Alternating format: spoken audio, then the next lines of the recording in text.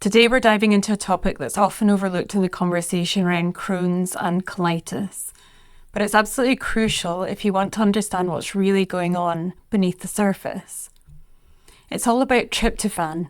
Yes, that same amino acid linked to serotonin and sleep, and how it's broken down. This pathway plays a powerful role in regulating immunity, inflammation, and even oxidative stress in the gut. And new research has shown that this pathway is impaired in inflammatory bowel disease, even when you're in remission. Let's unpack what that means and why it matters. Tryptophan is an essential amino acid, meaning your body can't make it on its own.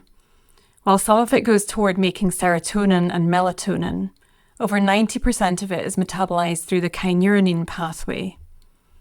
This pathway isn't just a breakdown route, it regulates key systems, including the immune response, redox balance, neuroprotection, and even mitochondrial health.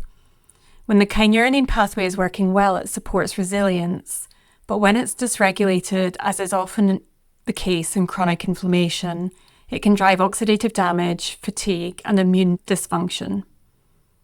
A 2024 study published in the Journal of Clinical Medicine looked at tryptophan metabolism in IBD patients who were in remission and compared them to healthy controls. And here's what they found. Tryptophan levels were significantly lower in those with Crohn's and ulcerative colitis. 3-HAA, a protective kynurenine pathway metabolite, was also reduced. The kynurenine tryptophan ratio was elevated, indicating ongoing immune activation. Oxidative stress markers were high, and lower total antioxidant capacity was found. In plain terms, even when symptoms were quiet, the underlying metabolic stress was still active. So why does this matter?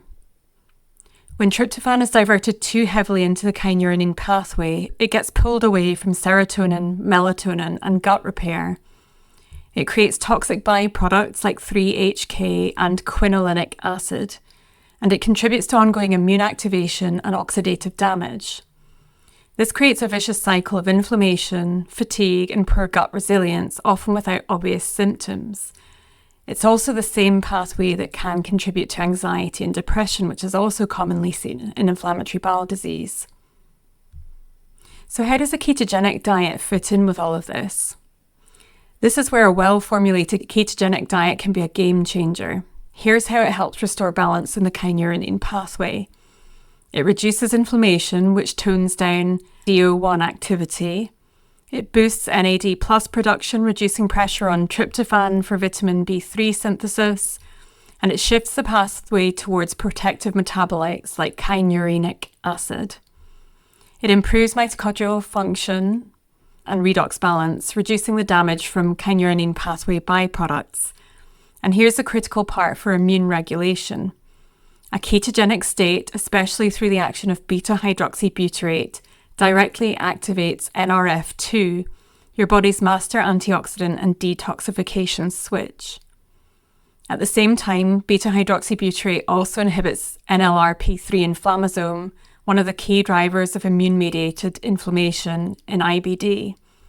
So we're not just talking symptom relief here, we're talking about shifting the cellular environment that controls immune response, oxidative stress, and inflammation at the root. That said, diet isn't a magic bullet. It's one lever, albeit a powerful one, that can be pulled alongside other strategies to support mitochondrial health, circadian rhythm, immune balance, and barrier repair. This study reinforces something I see all the time in my practice.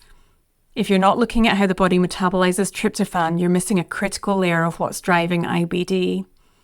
Especially the fatigue, brain fog, immune reactivity, and ongoing inflammation that persists between flares. The kynurenine pathway is both a diagnostic clue and a therapeutic target. And the great news? It can be influenced through nutritional ketosis, circadian restoration, redox support, and mitochondrial repair. That's exactly what we do inside my IBD program, addressing the deeper drivers so your body isn't just suppressing symptoms, it's actually healing.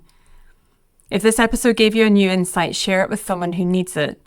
And if you're ready to go deeper into your own recovery journey, check the show notes for a link to apply. Thanks for listening, and go do something today your future self will thank you for.